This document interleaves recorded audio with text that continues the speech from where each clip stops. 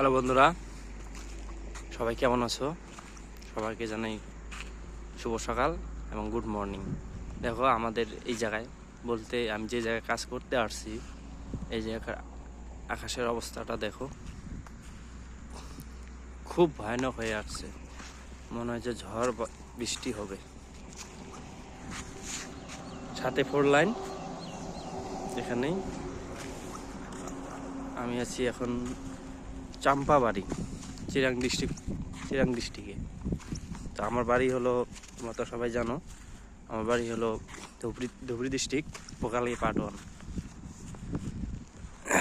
দেখো কি রকম অবস্থা হয়ে আসছে, খুব একটা খারাপ দৃশ্য। কাজে আইসা না বাড়িতে যাইতে পারছি। আজকে শুনলাম নাকি আসাম বন্ধ, না আসামে গাড়ি বন্ধ।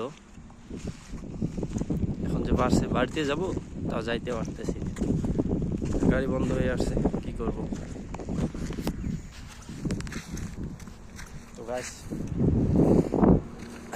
ভিডিওটা শেয়ার করবে সবাই, লাইক কমেন্ট করতে ভুলবে না কিন্তু।